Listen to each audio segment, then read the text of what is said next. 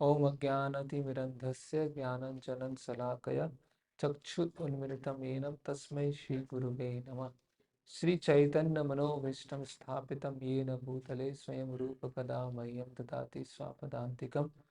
वन्देऽहं श्रीगुरो श्रीयुतपदकमलं श्रीगुरून् वैष्णवांश्च श्रीरूपं साग्रजातं सहगण रघुनाथान्वितं सजीवं साद्वैतं सावधूतं परिजनसहितं कृष्णचैतन्यदेवं श्री राधा कृष्ण पादान सहगण ललिता श्री विशाखान्वितांश्च नमः ओम विष्णु पादाय कृष्ण पृष्ठाय भूतले श्रीमते भक्ति वेदांत स्वामी नामने नमस्ते सारस्वते देवे गौरवाणी प्रचारणे निर्विशेष शून्यवादी पाश्चात्य देशे तारणे जय श्री कृष्ण चैतन्य प्रभु नित्यानंद श्री अद्वैत गदाधर शिवासादि गौर भक्त वृंद हरे कृष्णा कृष्णा कृष्णा हरे हरे हरे राम राम राम हरे हरे।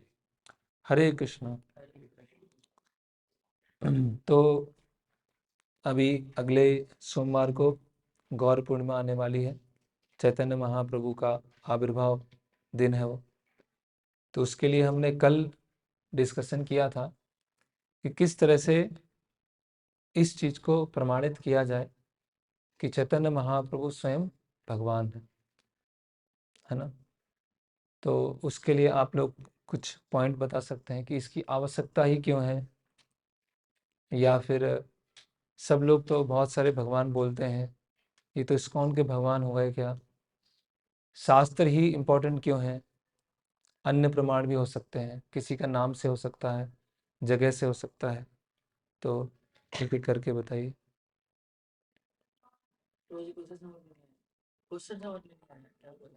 कल के डिस्कशन से कोई भी एक पॉइंट बताइए।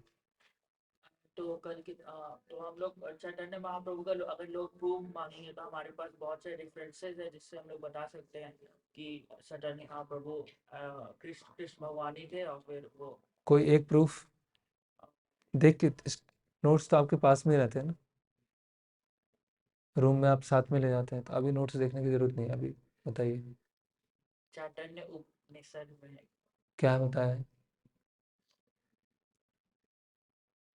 हिंदी में बता दीजिए कुछ।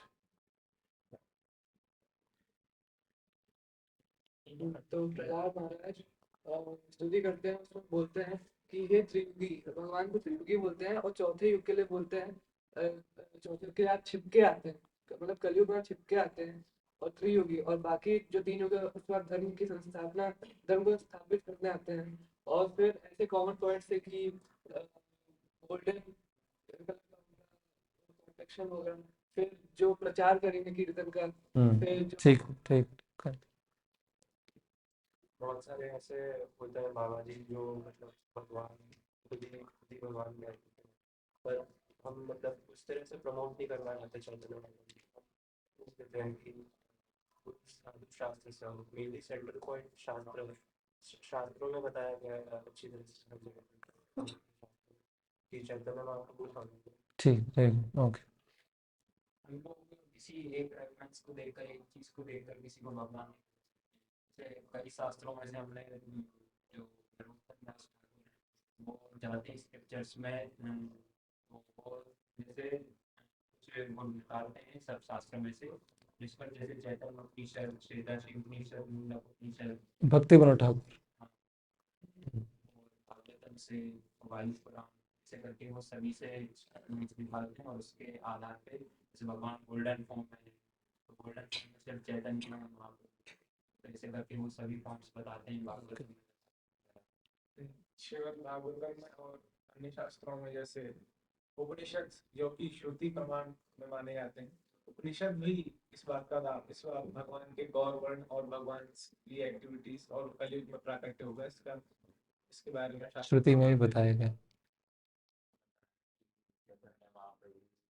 तो चैतन्य महाप्रभु के इस्कॉन के भगवान है। कोई अगर पूछे आपसे, देखो आपके इस्कॉन में ही चैतन्य महाप्रभु को भगवान मानते, बाहर तो नहीं मानते, तो क्या उत्तर दें?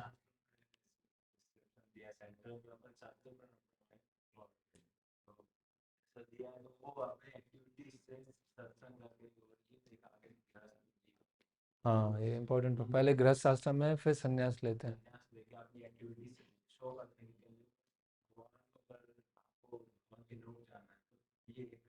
वे प्रोवाइड करते हैं लोगों को, हम्म, एक प्लेटफॉर्म सेट करते हैं, हम्म, तो ये इसलिए उनका एक स्थापना धर्म की स्थापना करते हैं। जब श्री श्री कृष्ण का मानव गाड़ी के लिए मुनि आए, हम्म, तब उन्होंने श्री कृष्ण को देखते हुए कहा कि ये बालक पहले सफेद, फिर उसके बाद येलो, फिर ग्रीन, रेड। श्याम। हाँ, अभी में 3 वर्ण, वाइट, येलो और रेड, अभी ये उसके रूप में है। मेघ, मेघ श्याम वर्ण, डार्क ब्लूइश क्लाउड, ऐसा। ओके, ठीक है, चलिए। ओके। तो चैतन्य महाप्रभु के आने के 2 रीजन, एक है बाह्य कारण और एक है आंतरिक कारण। ठीक है, एक है एक्सटर्नल रीजंस, एक है इंटरनल रीजंस, है ना। जैसे कि भगवान भगवत गीता में बताते हैं, परित्राणाय साधुनाम विनाशाय चाम दुष्कृताम धर्म संस्थापनार्थायम संभवामि युगे युगे। तो भगवान किस लिए आते हैं? 3 कारणों से आते हैं। परित्राणाय साधुनाम, जो साधु मतलब डिवोटीज, उनके साथ रेसिप्रोकेट करने आते हैं। विनाशाय च दुष्कृताम, जो दुष्कृति होते हैं, डीमंस होते हैं, असुर होते हैं, उनको मारने आते हैं। और धर्म संस्थापनार्थायम, है ना, और धर्म की स्थापना करने आते हैं। संभवामि युगे युगे, हर युग में आते हैं। तो चैतन्य महाप्रभु का जो मिशन है और भगवान कृष्ण का मिशन है, उसमें कोई डिफरेंस तो है नहीं।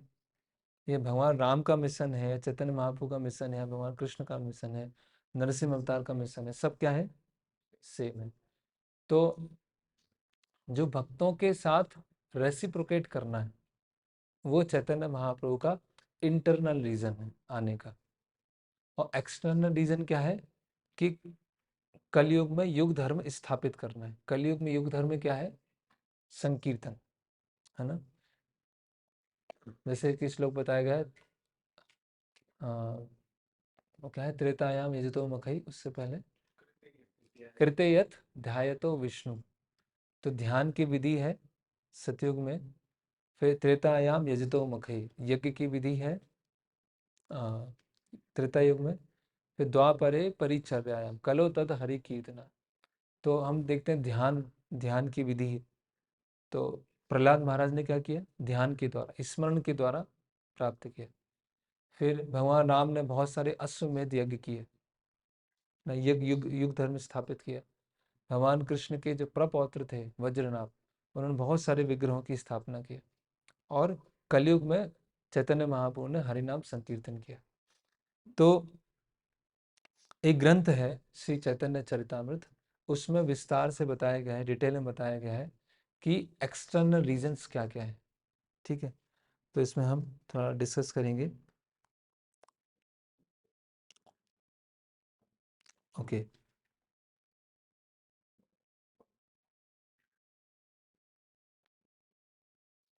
तो चैतन्य महाप्रभु कब आते हैं, कृष्ण कब आते हैं, उसके बारे में पहले डिस्कस करते हैं।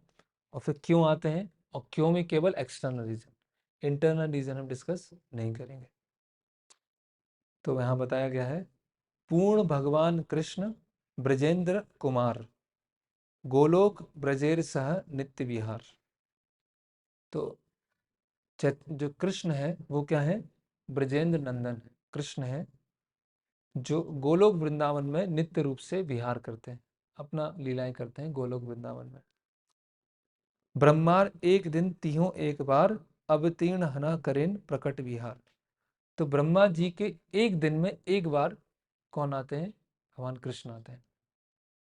ठीक है, तो एक चतुर्युग, एक चतुर्युग में कितना युग होते हैं? 4। कौन कौन से? या इसको कल्प भी बोलते हैं, कल्प। हाँ, एक चतुर्युग, एक कल्प, एक चतुर्युग हो गए। तो चतुर्युग में 4 युग हुए, कौन कौन से हुए? सतयुग, त्रेता, द्वापर और कलयुग। ठीक है, फिर बाद में पूछ लीजिएगा, लिख लीजिए उसको, ठीक है। तो ब्रह्मा जी के एक दिन में 14 मनु आते हैं, 14 मनु। तो एक मनु का ड्यूरेशन कितना हुआ? आंसर देंगे। एक मनु का ड्यूरेशन क्या हुआ? कितने युग एक मनु के पास में है? एक दिन में ब्रह्मा जी के एक दिन में 1000 चतुर्युग होते हैं।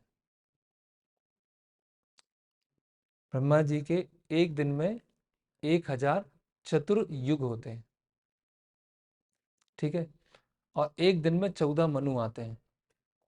तो एक मनु के पास कितना वो हुआ चतुर्युग?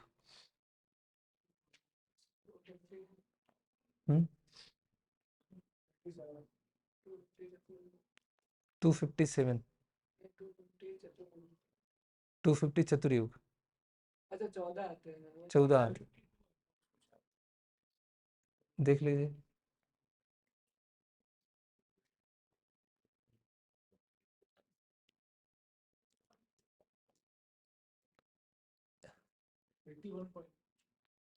कैलकुलेटर नहीं, डायरेक्ट करना चाहिए। 71 72 आ रहा है, ठीक है। 71 चतुर्युगे एक मनवंतर, 14 मनवंतर ब्रह्मांड दिवस भीतर। कि 14 मनु होते हैं और एक मनु का जो साइकिल होता है वो 71 चतुर्युग होता है। तो ब्रह्मा जी के 12 घंटे में कितने हुए? 1000 चतुर्युग, 14 मनु और एक मनु में 71 साइकिल। क्लियर हुआ? वैवत्स नाम यही सप्तम मनवंतर, 27 चतुर्युगे तहार अंतर। तो अभी जो मनवंतर चल रहा है वो कौन सा चल रहा है? 7वां मनवंतर चल रहा है, जिसको बोलते हैं वैवत्स, है ना। और वैवत्स मनवंतर का कौन सा साइकिल चल रहा है? 27 चतुर्युग तहार अंतर, 27। तो इस समय भगवान कृष्ण आते हैं। क्लियर हुआ अभी?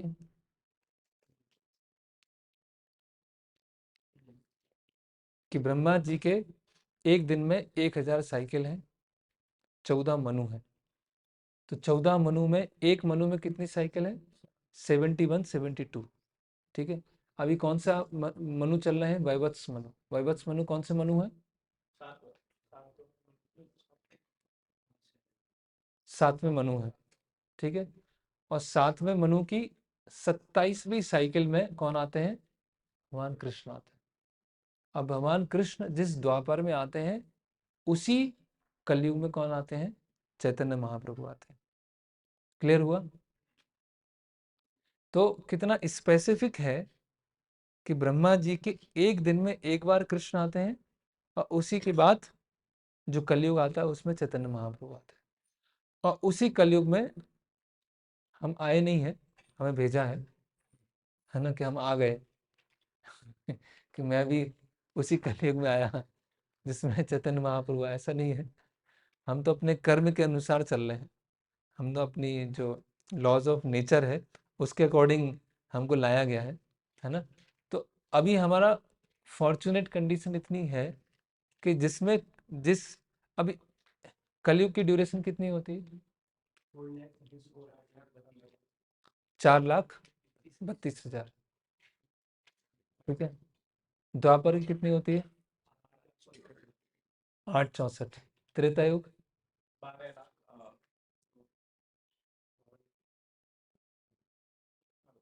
लिखिए लिखिए करके कैलकुलेशन कीजिए।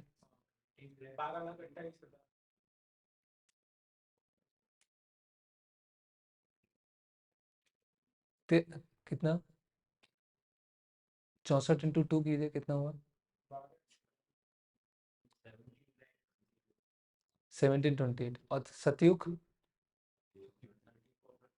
टोटल कितना हुआ?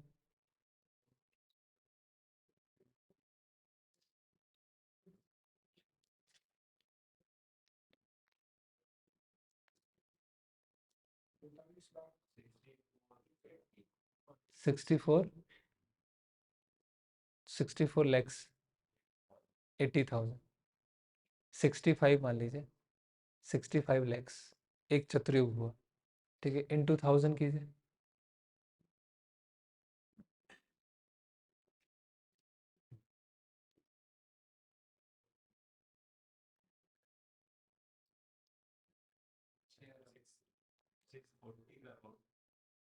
सिक्स 640 करोड़, 640 करोड़,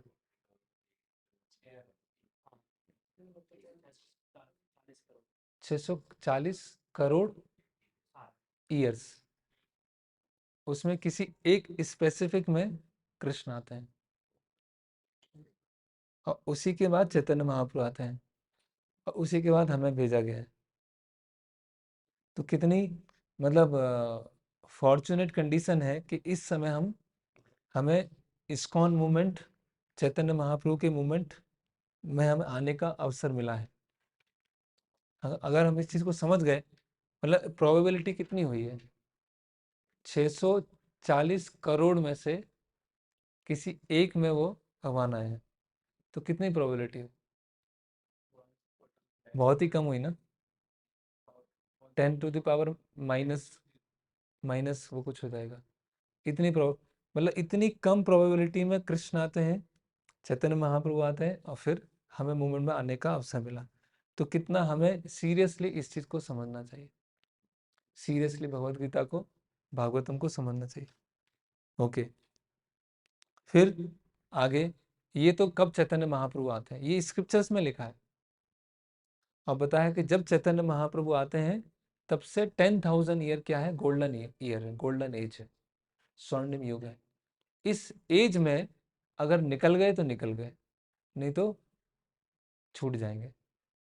फिर पता नहीं ब्रह्मा जी का फिर कोई दिन आएगा, अगले दिन आएगा, इतने करोड़ों 640 करोड़ साल, 640 करोड़ साल बाद फिर कभी कृष्ण आएंगे, फिर चैतन्य महाप्रभु आएंगे, तब फिर ये सब जानने को मिलेगा। हालांकि अन्य अवतार आते रहते हैं बीच बीच में, ऐसा नहीं है, लेकिन जो सबसे टॉप मोस्ट है, जो कृष्ण स्वयं देने आते हैं, वो केवल एक ही बार होता है। आप सोचो, कोई किसी ने बोला कि है ना, कोई सेलिब्रिटी आ रही है वीआईटी भोपाल में, साल में एक बार आती है बस, या 5 साल में एक बार आती है, या 4 साल का बीटेक का पीरियड है, उसमें एक बार ही ये सेलिब्रिटी आएगी, है ना। बहुत, है ना, मान लो इलॉन मस्क आ गया, है ना, वो 4 साल में एक ही बार आएगा, तो क्या होगी स्थिति, पूरा भीड़ लग जाएगी, है ना, पूरा ऐसे बिल्कुल लोग पागल हो जाएंगे कि देखना एक बार, 4 साल में एक बार आया वो, है ना। कोई पूरे जीवन में, किसी का जीवन 60 साल है, 80 साल है, उस पूरे जीवन में एक बार आपको कोई, सपोज प्राइम मिनिस्टर से आपको 5 मिनट मिलने का मौका मिलेगा, 5 मिनट आप उससे बात कर सकते हैं, 80 साल, और ये कितना है, 640 करोड़। तो कितना रेयर से भी रेयरेस्ट कंडीशन में इस चैतन्य महाप्रभु के हम मूवमेंट में आए हैं। इसीलिए इस मूवमेंट को हमें अच्छे से समझने का प्रयास करना है, प्रॉपरली इसको अंडरस्टैंड करना है ना। प्रभुपाद जी बोलते थे कि कोई सेंटिमेंटल मूवमेंट नहीं है, ये भावुकता का मूवमेंट नहीं है कि बस थोड़ा कीर्तन किया, थोड़ा नाच लिया, थोड़ा कर लिया, नहीं, ये क्या है, एक सॉलिड फिलोसफिकल ग्राउंड पर है, उसका जो आधार है, उसकी जो नींव है ना, उसमें बहुत प्रॉपर फिलोसफी है। तो अगर हम उसके पीछे की फिलॉसफी को, वाई क्यों है ऐसा, ये समझेंगे, तो हमें करने का हमेशा इंथुजियाज्म बना रहेगा, हमें कभी डाउट नहीं आएगा कि मैं सही कर रहा हूँ, गलत कर रहा हूँ, है ना। इसीलिए रेगुलरली बुक्स पढ़ने के लिए टाइम देना, भगवत गीता है, स्मॉल बुक्स है, ये रेगुलरली पढ़ते रहना, क्योंकि जो हम कर रहे हैं, अगर हमको पता नहीं होगा हम क्यों कर रहे हैं, तो आज कर रहे हैं, एक साल बाद छोड़ देंगे, 2 साल बाद छोड़ देंगे, कोई कुछ बोलेगा तो छोड़ देंगे, कोई क्वेश्चन उठाएगा तो डाउट आ जाएगा तो छोड़ देंगे, है ना। क्योंकि उसमें हम, प्रभुपाद जी बोलते, ग्राउंडेड नहीं है, पूरा उसमें स्थित नहीं है, पूरा उसके अंदर गए नहीं है। तो जब अंदर जाके उसको समझेंगे तो कभी छोड़ेंगे नहीं, है ना। तो इतना रेयर कंडीशन है जब चैतन्य महाप्रभु आते हैं ओके, फिर आगे चलते हैं। फिर चैतन्य महाप्रभु का कारण, दास्य साख वात्सल्य श्रृंगार चारी रस, चारी भावेर भक्त जत कृष्ण तार बस। तो 4 तरह के रस होते हैं, दास्य, साख्य, वात्सल्य और माधुरी। तो इन 4 रसों में भगवान और भक्त आपस में आदान प्रदान करते हैं, अपने वो करते हैं, रेसिप्रोकेट करते हैं। दास सखा पिता माता कांता गण लाना, ब्रजे कीड़ा करे कृष्ण प्रेमाविष्ट हाना। तो भगवान श्री कृष्ण गोलोक वृंदावन से यहाँ पर आते हैं, अपने पार्षदों को लेके आते हैं। आप में से कौन कौन वृंदावन गए हैं? अच्छा, ऑलमोस्ट सभी गए। आपका हेल्प आ नहीं पाए थे इसीलिए। ओके, तो चारों रसों को लेकर भगवान गोलोक वृंदावन में आते हैं, है ना।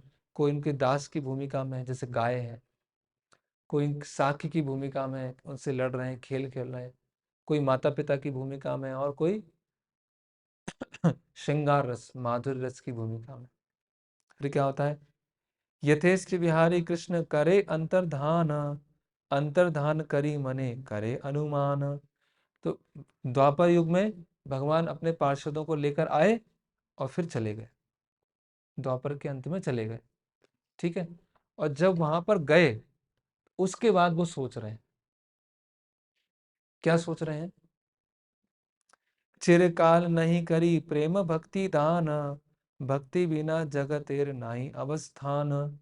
कि बहुत समय हो गया मैंने अपनी प्रेम भक्ति दान नहीं किया है, बहुत समय हो गया है अभी तक मैंने अपनी प्रेम भक्ति दान नहीं दिया है। और अगर प्रेम भक्ति नहीं दिया तो क्या होगा, ना ही जगत अवस्थान। मैंने ये संसार बनाया, उसका कारण क्या बचा? मैंने संसार बनाया कि मैं अपनी भक्ति प्रदान करूंगा, लेकिन मैंने अपनी भक्ति प्रदान नहीं की। तो अभी क्या हो रहा है इसमें, कि भगवान राम आए, भगवान कृष्ण आए, या दूसरे अवतार आए, तो उन्होंने क्या बोला कि मेरे पास में आओ, मेरी शरणागति लो, मुझे सरेंडर करो, और मैं तुम्हें सभी पाप से मुक्त करा दूंगा, मैं अपने साथ में ले जाऊंगा। लेकिन शर्त क्या है, मेरे पास में आओ। शर्त तो यही है कि मेरे पास में आओ। लेकिन चैतन्य महाप्रभु का अवतार क्या है, तुम मेरे पास में आओगे भी नहीं तो मैं तुम्हारे पास आ जाऊंगा। यही तो प्रीचिंग है। प्रीचिंग में क्या होता है, कोई आता है ऐसे कि मंदिर में आएगा, प्रभु जी मेरी बहुत इच्छा है भगवत गीता सीखने की, मैं रोज 1 घंटे आया करूंगा और आप मेरी क्लास लेना, मैं बस गीता सुनना चाहता हूँ और कुछ नहीं चाहता हूँ। है कोई विरले ही होगा ऐसा, कोई हजारों लाखों में से कोई एक निकल के आएगा कि मैं गीता सीखना चाहता हूँ। जनरली क्या होता है, उनके पास जाना पड़ता है। तो भगवान कृष्ण क्या बोल रहे हैं कि इतना समय हो गया मैंने प्रेम भक्ति दान नहीं किया, मैंने दिया नहीं लोगों को, आह्वान तो किया मेरे पास आ जाओ, शरणागति ले लो, लेकिन अब मुझे दूसरों को देना है ना। सकल जगते मोरे करे विधि भक्ति ब्रजे भावे पाइते नहीं सकती।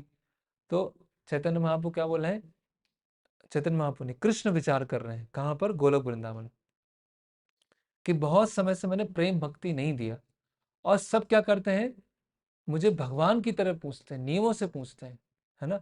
लेकिन मैं कैसे चाहता हूं, विधि भक्ति ब्रजे भावे नहीं, जैसे वृंदावन के लोग मेरी सेवा करते हैं उस तरह से मैं लोगों को चाहता हूं कि वो मेरी सेवा करें, वो मैं देना चाहता हूं। तो कल प्रश्न आया था कि चैतन्य महाप्रभु अवतार नहीं है अवतारी है, कैसे प्रूफ होगा, कि आप में से किसी ने प्रश्न पूछा था, आपने पूछा था। तो भक्ति सब दे देते हैं, भक्त अन्य अवतारी भक्ति दे सकते हैं, लेकिन जैसा वृंदावन में भगवान के भक्त भगवान की सेवा करते हैं, वैसा अगर भक्ति प्रदान करना है तो वो कृष्ण ही प्रदान कर सकते हैं, और कोई प्रदान नहीं कर सकते। इसीलिए चैतन्य भगवान श्री कृष्ण अपना रूप बदल के आए, और किस रूप में आए, चैतन्य महाप्रभु के रूप में, क्योंकि कृष्ण ही ब्रज भक्ति दे सकते हैं। तो भक्ति देना है तो कृष्ण आएंगे, तो फिर लोग उनसे डरेंगे और ऐसा सब होगा। तो क्या है, छुप के आते हैं, छन्न अवतार। जैसे छुप के जाते हैं ना प्रीचिंग करने, तो छुप के प्रीचिंग करना कहाँ से स्टार्ट हुआ? कृष्ण से ही स्टार्ट हुआ। ऐसा नहीं कि हमने कुछ, हम अपना वेश बदल के जा रहे हैं, पैंट शर्ट पहना और हम छुप के जाएंगे। कृष्ण भी छुप के आए, क्योंकि डायरेक्ट आ जाएंगे तो फिर लोग डरेंगे उनसे। तो इसीलिए क्या है, छुप के क्या देंगे, वो ब्रज भक्ति देंगे। तो इसीलिए चैतन्य महाप्रभु के अनुयायी क्या है, छुप छुप के प्रचार करते हैं।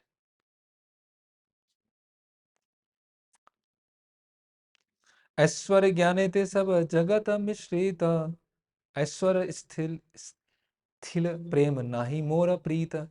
तो जिस भक्ति में ऐश्वर्य है वो मुझे इतनी भाती नहीं है, जिस भक्ति में स्वाभाविक प्रेम है वो मुझे बहुत भाता है, वो मुझे देना है। ठीक है, तो ये चैतन्य महाप्रभु के क्या चल रहे हैं, एक्सटर्नल रीजन। हेडिंग याद रखिएगा, ऐश्वर्य ज्ञाने विधि भजने करिया, वैकुंठ ते जाए विचार चतुर्विधा मुक्ति पाना। तो बता रहे हैं कि अगर ऐश्वर्य से युक्त भगवान की भक्ति करते हैं तो वैकुंठ तक जा पाएंगे, लेकिन भगवान चाहते हैं कृष्ण कि वो गोलोक वृंदावन तक आए। इसीलिए कौन सी भक्ति है, ब्रज भक्ति प्रदान करने वो आते हैं। तो चैतन्य महाप्रभु के आने का पहला कारण क्या हुआ, स्पेसिफिक आंसर होना चाहिए। शुद्ध भक्ति तो हर कोई देते हैं, हर अवतार देते हैं, उसका मतलब क्या हुआ, क्यों आए कि भगवान कृष्ण गोलोक वृंदावन में जाते हैं और विचार करते हैं कि जो प्रेम भक्ति है, जो ब्रज भक्ति है, अभी तक बहुत समय से दी नहीं गई है। तो इसके लिए, क्योंकि क्या होता है, जो ऐश्वर्य युक्त भक्ति होती है वो मुझे इतना पसंद नहीं। जैसे कि कोई एकदम जैसे मान लीजिए आप घर गए और आपके माता पिता आपसे डर डर के बात कर रहे हैं, कुछ गलती तो नहीं हो गई, क्या खाना खाओगे, पानी लेके आए, तो क्या लगेगा, अरे यार क्या, क्यों ऐसे बिहेव कर रहे हैं। अपना नेचुरल रहो ना, जैसे बात करते हैं वैसे ही रहो ना। तो माता पिता आपसे डर डर के बात कर रहे हैं तो कैसे लगेगा आपको, अच्छा नहीं लगेगा। एक स्वाभाविक होगा, डांटेंगे या कुछ खिलाएंगे या कुछ कहीं भेज देंगे तो आपको लगेगा नेचुरल है। तो भगवान भी क्या चाहते हैं कि भक्तों के साथ नेचुरल संबंध हो, भक्त हमेशा डरते रहे, है ना, हमेशा बस प्रणाम और स्तुति कर रहे हैं, नहीं वो नहीं, वो भी है, लेकिन क्या है तो वो भक्ति कौन प्रदान करेंगे, वो कृष्ण ही प्रदान कर सकते हैं। तो वो भक्ति देने के लिए, और ऐश्वर्य युक्त भक्ति से क्या होता है, केवल वैकुंठ तक ही जा सकते हैं, लेकिन वैकुंठ से ऊपर गोलोक वृंदावन। जैसे दो मित्र हैं, दो मित्र बैठे हैं और एक मित्र दूसरे को, क्या चाहिए आपको, कुछ लाओ आपके लिए, कुछ कमी है, कुछ गलती हो गई तो माफ कर दीजिएगा। तो क्या होगा, अरे यार क्या बन रहा है ना, अपना नेचुरल नेचुरल रहो। तो भगवान इस तरह की भक्ति चाहते हैं, तो वो देने के लिए चैतन्य महाप्रभु के रूप में आए। ये क्या है, फर्स्ट एक्सटर्नल रीजन। क्लियर हुआ है? तो बता पाएंगे आप, जो ब्रज वृंदावन में जो भगवान के भक्त भगवान की सेवा करते हैं वो भक्ति प्रदान करने आए हैं, ये पहला आंसर हो, याद हो जाएगा ये? कोई पूछेगा तो बता पाएंगे? ओके, फिर सेकंड रीजन, युग धर्म प्रवर्तमु नाम संकीर्तन, चारी भाव भक्ति दिया नाचाइमु भवाना। ओके, तो युग धर्म स्थापित करना है। युग धर्म क्या स्थापित करना है, संकीर्तन आंदोलन, नाचो गाओ भक्त संगे करो संकीर्तन, नाच गाना चालू करना है ना। नाच गाने में क्या करना है, संकीर्तन, संकीर्तन स्थापित करना है। चारी भाव भक्ति दिया नाचाइमु भवन, है ना। तो इस तरह से उनको प्रेम भक्ति दूंगा और नचाऊंगा। कैसे नचाऊंगा, संकीर्तन में नचाऊंगा। तो हम कीर्तन में नाचते हैं कि नहीं नाचते? आप साउथ इंडिया में जाएंगे, अगर दक्षिण भारत यात्रा में गए आप लोग, हुई आप लोग की दक्षिण भारत यात्रा? हम गए, तो वहाँ मंदिरों में जाएंगे तो वहाँ जो पुजारी होते हैं बहुत एकदम बहुत, जैसे आप अपने प्रिंसिपल के ऑफिस में जाए तो कैसे होंगे आप? चुपचाप ऐसे कुछ बातचीत एकदम डर डर के रहते हैं ना, है ना? और मायापुर नवद्वीप जाएंगे तो हर जगह नाच गाना चल रहा है, तो मूड वहाँ पर अलग। सॉरी। तो दूसरा कारण क्या है चैतन्य महाप्रभु के आने का? हरिनाम संकीर्तन की स्थापना करना, युग धर्म की स्थापना करना। कल आया था ना प्रश्न कि त्रियोगी कौन है? कल की अवतार भी तो अवतार हुए, तो त्रियोगी क्यों बोला गया? क्योंकि युग धर्म स्थापित चैतन्य महाप्रभु ही कर सकते हैं। आपनी करीमु भक्त, आपनी करीमु भक्त भाव अंगीकारे, आपनी आचारी भक्ति सिखम सवारे। तो मैं भक्त के रूप में आऊंगा और सिखाऊंगा। जैसे प्रभुपाद जी बोलते हैं कि एक टीचर है, अभी आजकल के टाइम में ये एग्जाम्पल भी थोड़ा सा फिट नहीं है, लेकिन बताने के लिए कि आजकल जो जैसे टीचर है तो किसी बच्चे का हाथ पकड़ता है और बोलता ए बी सी डी। तो टीचर ने बच्चे का हाथ पकड़ा और वो लिखवा रहा है, तो टीचर को लिखने की जरूरत है, लेकिन बच्चे को सिखा रहा है। तो चैतन्य महाप्रभु हरि नाम संकीर्तन करेंगे और उसके माध्यम से अपने उदाहरण से सिखाएंगे कि भक्ति कैसे की जाती है, भक्ति के रूप में आएंगे। आपनी करीमु भक्त भाव अंगीकारे, मैं खुद, ये कौन बोल रहे हैं? भगवान कृष्ण विचार कर रहे हैं गोलोक वृंदावन में। आपनी करीमु भक्त भाव अंगीकारे, कि मैं भक्त के भाव में आऊंगा, आपनी आचारी भक्ति सिखाई मु सवारे, और खुद आचरण करके सिखाऊंगा। ये दूसरा रीजन चल रहा है, एक्सटर्नल रीजन। आपने ना कैले धर्म सिखाना ना जाए, एता सिद्धांत गीता भागवते गाए। तो क्या बोल रहे हैं कृष्ण? अगर मैं खुद करके नहीं दिखाऊंगा तो लोग कोई नहीं बोले, कोई नहीं सीखेगा, इसीलिए मुझे आना पड़ेगा सिखाने के लिए। कोई भगवान बोलेंगे मेरी शरण में आओ, लोग बोलेंगे शरण में आते कैसे हैं वो तो बताओ, शरण में आने का मतलब क्या है? तो भगवान क्या बोलेंगे, ठीक है मैं ही बता देता हूँ कैसे शरण में आते हैं, इसका मतलब क्या है ना? तो क्या बोल रहे हैं? आपने ना कैले धर्म सिखाने ना जाए, तो अगर खुद पालन नहीं करेंगे तो कोई सीखेगा नहीं। यही था सिद्धांत गीता भागवते गाए। तो हर जगह ये सिद्धांत है कि अगर आप किसी को बोल रहे हो कि ये करना चाहिए, कोई आप बोलो कि देखिए सुबह रोज मंगला आरती में 5:30 बजे आना चाहिए, बोल दिया, और फिर हम बोले कि मंगला आरती के बाद मुझे भी उठा दिया करो यार, तो उसका कोई मतलब हुआ? रोज मंगला आरती में आना चाहिए और मंगला आरती के बाद 6 बजे मुझे उठा दिया करो, इसका क्या मतलब हुआ? ये तो कोई पालन नहीं, तो वो खुद ही नहीं आएगा मंगला आरती में, है ना? कि कॉलेज में इतना, एक मटेरियल एग्जांपल होगा, कॉलेज में इतना आपको अटेंडेंस की जरूरत है, तो कॉलेज इतना जाना ही है कुछ भी हो जाए। और मैं तो कभी चला जाता हूँ कभी नहीं चला जाता हूँ, लेकिन कॉलेज में अटेंडेंस इतना है, तुम जाया करो।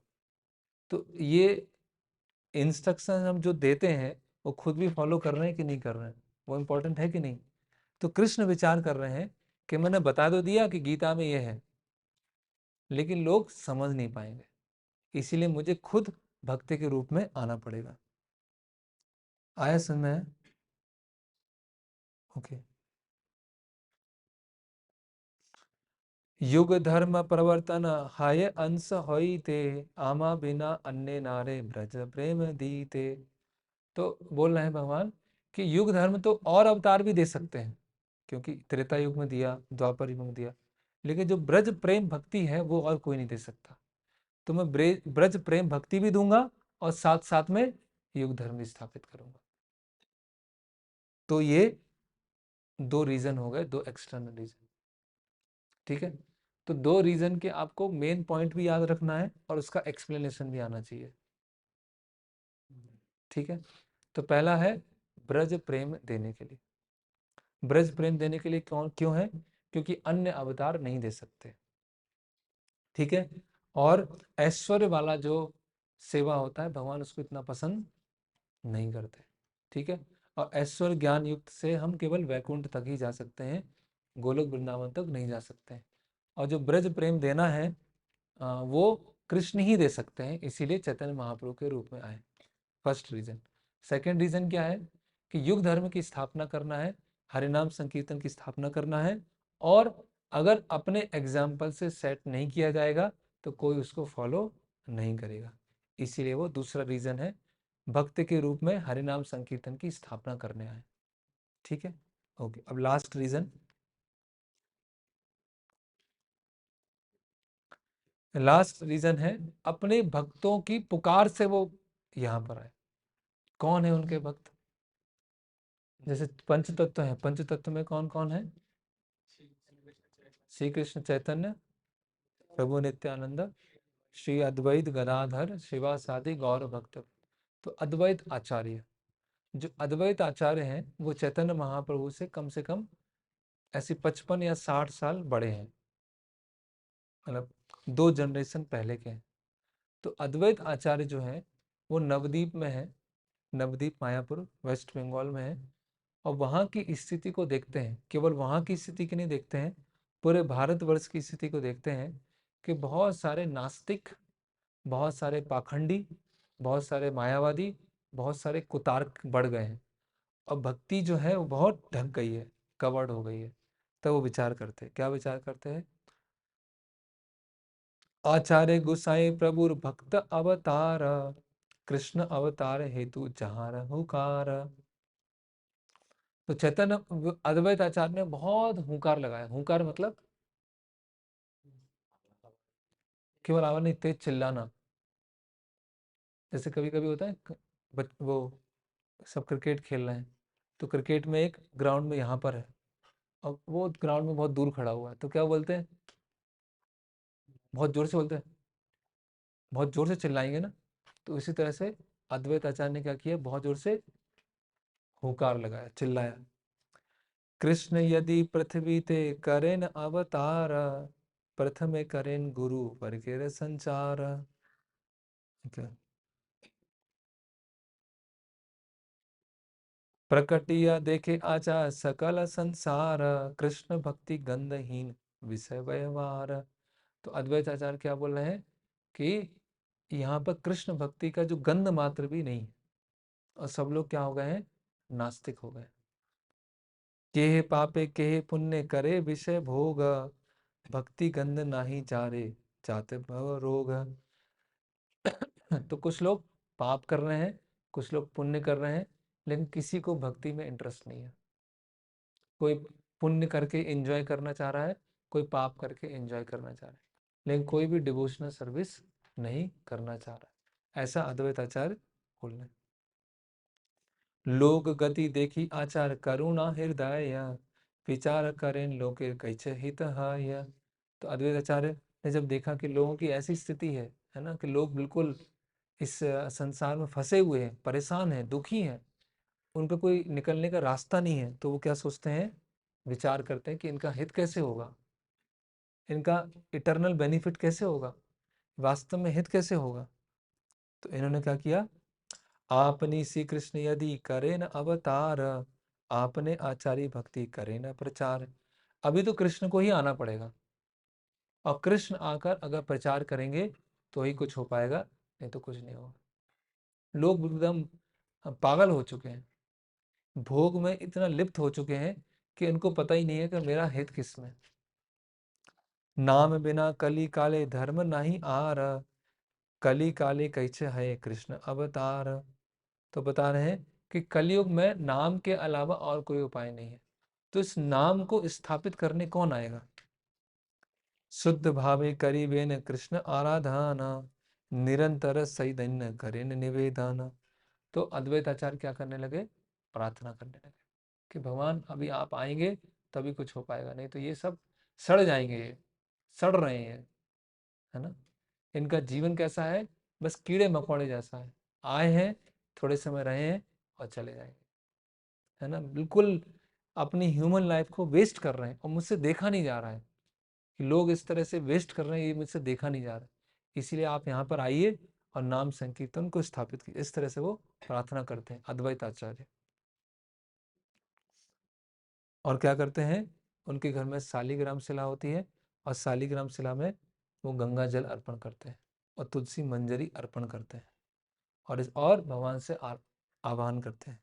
तो जब इस तरह से अद्वैत आचार्य बहुत तीव्रता से प्रार्थना करते हैं कि भगवान आप आइए, शालिग्राम शिला की सेवा करते हैं, तुलसी दल अर्पण करते हैं, गंगा जल अर्पण करते हैं, तो अद्वैत आचार्य की पुकार से भगवान कृष्ण जो होते हैं वो स्वीकार करते हैं कि ठीक है, मैं चैतन्य महाप्रभु के रूप में आता हूँ। तो ये तीसरा रीजन है चैतन्य महाप्रभु के आने का। तो इस तरह से ये 3 एक्सटर्नल रीजन है कि चैतन्य महाप्रभु क्यों आए। ठीक है, तो कल हमने देखा कि चैतन्य महाप्रभु स्क्रिप्चर्स में कैसे हैं, हमने स्थापित किया कि भगवान है। फिर सेकंड हमने आज देखा कि चैतन्य महाप्रभु कब आते हैं, ब्रह्मा जी के एक दिन में 7वें मनवंतर के 27वें साइकिल में आते हैं। और फिर हमने देखा कि चैतन्य महाप्रभु के आने के 3 एक्सटर्नल रीजन है। फर्स्ट रीजन है जो ब्रज प्रेम भक्ति प्रदान करने आते हैं, क्योंकि ऐश्वर्य वाला उनको इतना पसंद नहीं है और वो खुद ही प्रदान कर सकते हैं। दूसरा है अपने आचरण से सिखाने आते हैं, नाम संकीर्तन की स्थापना करने आते हैं। और तीसरा है अपने भक्तों की जो पुकार है उसको सुनकर बद्ध जीवों के उद्धार करने के लिए यहाँ पर आते हैं। तो ये 3 एक्सटर्नल रीजन है जिससे चैतन्य महाप्रभु यहाँ पर आए। हरे कृष्ण। तो किसी का कोई इसमें प्रश्न है, कुछ पूछना है? यस। जैसे कि आपने बोला कि ऐश्वर्य से केवल वैकुंठ तक पहुंचा है, हाँ, तो वैकुंठ तक पहुंचने में डिफरेंस क्या है? वैसे तो कोई डिफरेंस नहीं है, एक ही बात है। वैकुंठ मतलब भगवान ऑफिस में और गोलोक मतलब भगवान घर में। तो भगवान ही है, चाहे वो ऑफिस में हो चाहे घर में हो, है ना।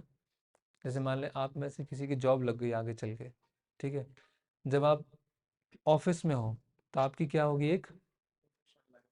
एक अलग पर्सनैलिटी होगी, एक प्रोफेशनल लाइफ होगी। और जब घर में आएंगे तो क्या होंगे, आप अपने रिलैक्स रहेंगे, कहीं भी लेट गए, कभी भी खा लिया, कभी भी चिल्ला के बोल दिया, कुछ भी बोल दिया। लेकिन ऑफिस में क्या होगा, भाई चेयर पे बैठना है, टेबल बैठना है, सब देख रहे हैं, थोड़ा सा सावधान रहना है। तो बस वैकुंठ में और गोलोक वृंदावन में ये अंतर है, बाकी सेम है। तो जैसे गोलोक पे कृष्णा, हाँ, तो वैकुंठ में भी वही जो ओरिजिनल फॉर्म कृष्णा है उसमें है या फिर दूसरा भगवान विष्णु फॉर्म में है, विष्णु फॉर्म? नारायण फॉर्म। लेकिन कृष्ण और विष्णु में कोई अंतर नहीं है। जो विष्णु है भगवान ऑफिस में, ऐश्वर्य, भगवान को दोनों चीज चाहिए ना, माधुर्य भी चाहिए और ऐश्वर्य, स्वीटनेस भी चाहिए और ऑपुलेंस भी। तो जो ऑपुलेंस वाला है वो भगवान विष्णु है और जो स्वीटनेस वाला है वो कृष्ण। तो कौन से विष्णु जी हैं? नहीं, विष्णु वो तो कौन सा विष्णु, विष्णु महाविष्णु जी हैं। नहीं, वो तो महाविष्णु से ऊपर है। तो उनसे ऊपर कौन से विष्णु? मतलब विष्णु ही कैसे होती है? हाँ, विष्णु नारायण है, मूल विष्णु बोल सकते हैं, मूल विष्णु, मूल नारायण। और उनके एक्सपांसन होते हैं महाविष्णु। कृष्ण होते हैं, कृष्ण से बलराम जी आते हैं, बलराम जी से आदि चतुर्व्यूह आता है, संकर्षण, अनिरुद्ध, प्रद्युम्न और वासुदेव।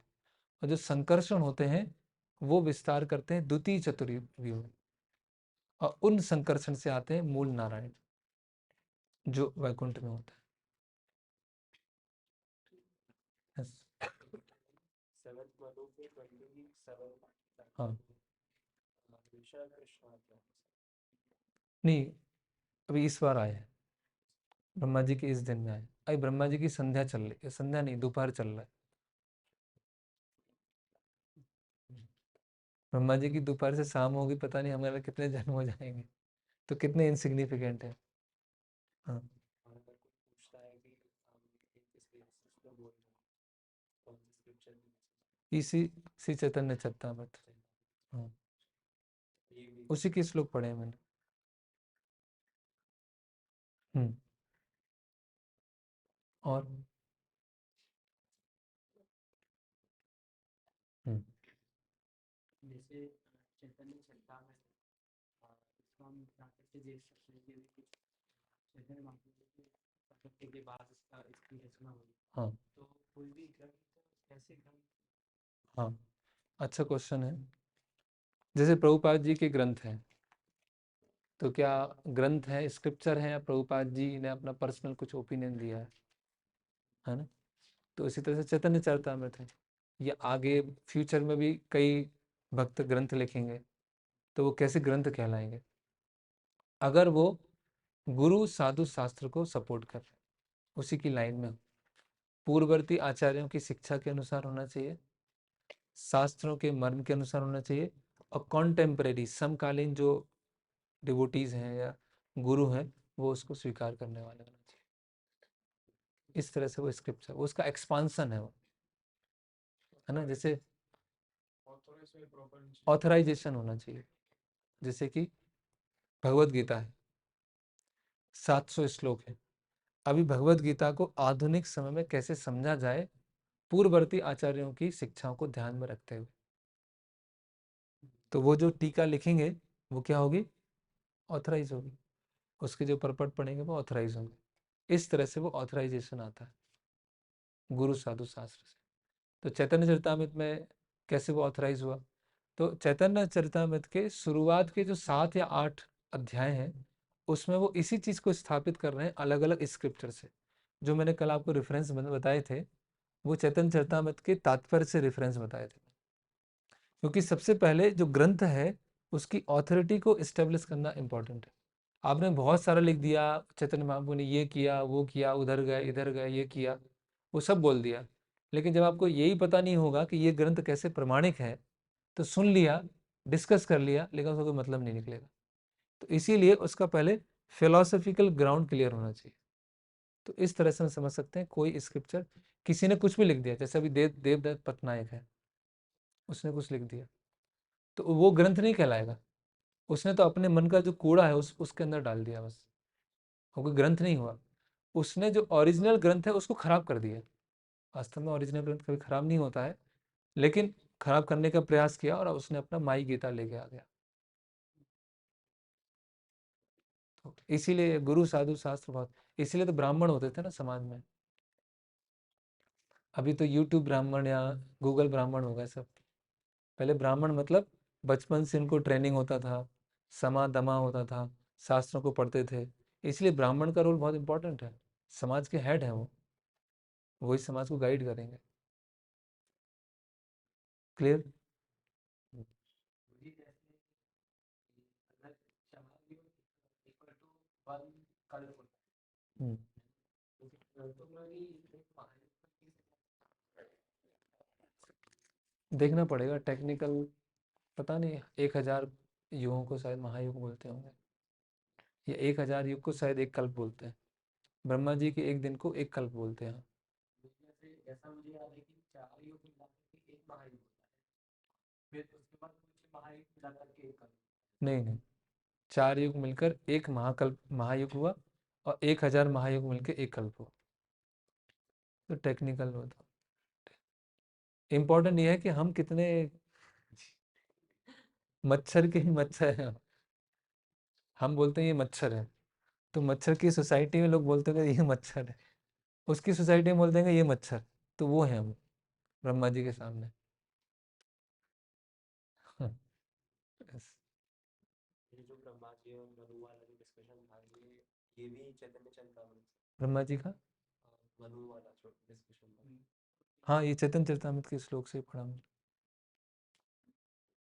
ये और भी स्क्रिप्चर्स में, एक्चुअली पुराणों में है ये, ऐसा नहीं कि चैतन्य चरितामृत कोई इंडिपेंडेंट लिखा है, वो पुराणों से ही लेकर यहाँ लिखा गया। कृष्णदास कविराज कौन? कृष्णदास कविराज गोस्वामी, जिन्होंने चैतन्य चरितामृत लिखी, अन्य सारे स्क्रिप्चर्स को लेकर, उनकी ऑथोरिटी से लेकर फिर चैतन्य चरितामृत लिखी। तो पहले उन्होंने स्थापित किया कि चैतन्य महाप्रभु कैसे भगवान है, कैसे ऑथराइज है, और फिर बाद में उन्होंने चैतन्य महाप्रभु की लीलाएं लिखा। इस तरह से इससे पहले लिखी और चैतन्य महाप्रभु की बाद में लिखी उन्होंने।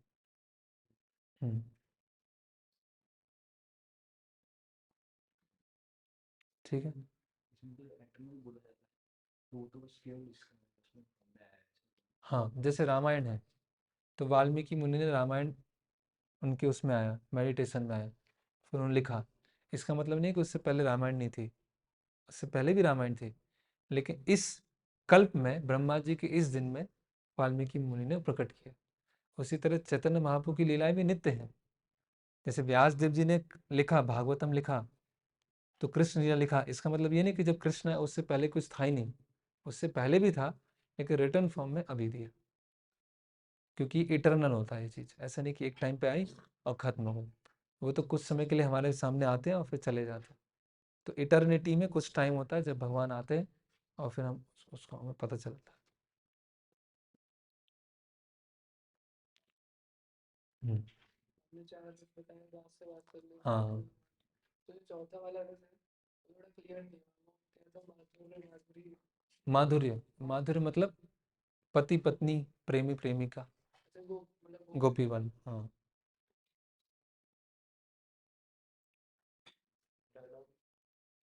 इंटरनल रीजंस क्या है? वो तो बहुत बस वही है। टॉपिक क्या था वो भूल गया। इंटरनल से एक्सटर्नल कहीं वो स्टार्ट। हाँ, प्रेम, ब्रज वाली प्रेम भक्ति दान देने के लिए, संकीर्तन आंदोलन अपने आचरण से सिखाने के लिए, और अपने जो भक्त हैं उनके निवेदन से आए। ये 3 एक्सटर्नल रीजन। इंटरनल रीजन तो अभी डिस्कस नहीं हुआ, वो तो वो उसमें देख, हाँ उसमें आपके साथ करने की वजह से वो थर्ड रीजन था, अद्वैत आचार्य वाला, अपने भक्तों की पुकार को रेसिप्रोकेट करना है। अच्छा, वो परित्राणाय साधु नाम, अपने भक्तों के साथ रेसिप्रोकेशन करने आते हैं। तो वो मतलब जो चैतन्य महाप्रभु क्या है, कृष्ण है, लेकिन राधा रानी की मूड में है। तो राधा रानी की मूड में वो क्या करते हैं, वो उनके इंटरनल रीजन। तो वो शायद अभी हम वो हम डिस्कस नहीं करेंगे। हो सकता है मंदिर में डिस्कस हो उस दिन, गौर पूर्णिमा के दिन, क्योंकि वो बहुत क्या है, वो है। उसके लिए हमारा बेसिक बहुत सारे क्लियर होना चाहिए, फिर हम समझ पाए, नहीं तो कंफ्यूज भी हो सकता है।